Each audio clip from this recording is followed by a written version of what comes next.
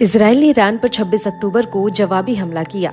Israel ने इस हमले में ईरान के 10 ठिकानों को निशाना बनाया। साथ ही इजराइल ने ईरान की एक बैलिस्टिक मिसाइल फैक्ट्री को भी टारगेट किया। ईरान ने इजराइल पर 1 अक्टूबर को 180 से ज्यादा बैलिस्टिक मिसाइलें दागी थी। इसी के बाद जवाबी हमला करते हुए इजराइल ने बैलिस्टिक मिसाइल की फैक्ट्री को ही निशाना बनाया। जिस फैक्ट्री को इजराइल ने निशाना बनाया, इसमें खैबर और कासिम मिसाइलों को पावर देने के लिए इस्तेमाल किए जाने वाले भारी ईंधन मिक्सर थे। यहीं पर सॉलिड फ्यूल को बैलिस्टिक मिसाइल तैयार करने के लिए मिक्स किया जाता था। विदेशी मीडिया की रिपोर्ट के मुताबिक इजराइल की एयर स्ट्राइक की वजह से ईरान की बैलिस्टिक मिसाइल की फैक्ट्री पूरी तरह से क्षतिग्रस्त हो गई है और ईरान को इस फैक्ट्री को दोबारा रिपेयर करने में पूरे 2 साल का समय लगेगा। हालांकि इस मीडिया में इस बात की जानकारी नहीं दी गई है कि ये फैक्ट्री कहां पर मौजूद है। इजराइल के इस अटैक के बाद ईरान की सेना ने कहा कि राजधानी तेहरान और बाकी प्रांतों पर इजरायली हमलों में सिर्फ रडार सिस्टम ही क्षतिग्रस्त हुए।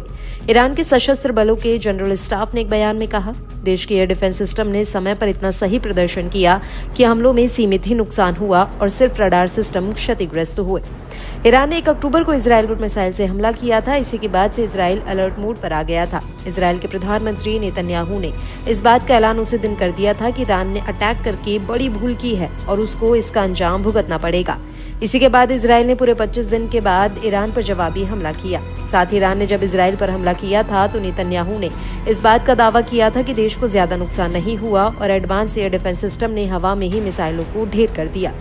ईरान के सैन्य ठिकानों पर अपने हमले के बाद आईडीएफ ने एक बयान जारी किया। इस बयान में कहा गया कि आईडीएफ ने अपना मिशन पूरा कर लिया है। अगर ईरानी शासन ने नए सिरे से तनाव बढ़ाने की गलती की तो हम जवाब देंगे। हम आपको बता दें कि आईएएफ के विमान ऑपरेशन से सुरक्षित वापस आ गए हैं। इस बयान में आगे कहा गया है कि जो लोग इजराइल को धमकी देते हैं और तनाव बढ़ाने की कोशिश करते हैं, उन्हें गंभीर परिणाम भुगतने होंगे।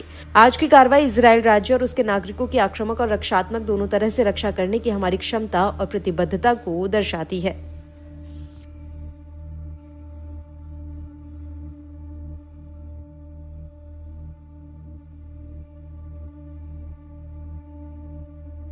Fears of an escalation between the heavily armed foes have soared since October 1st, when Iran launched around 200 ballistic missiles at Israel, killing 1 person in the Israeli-occupied West Bank in response to earlier Israeli moves. Deakin Institute said it wasn't in Iranian leaders' interest to escalate further.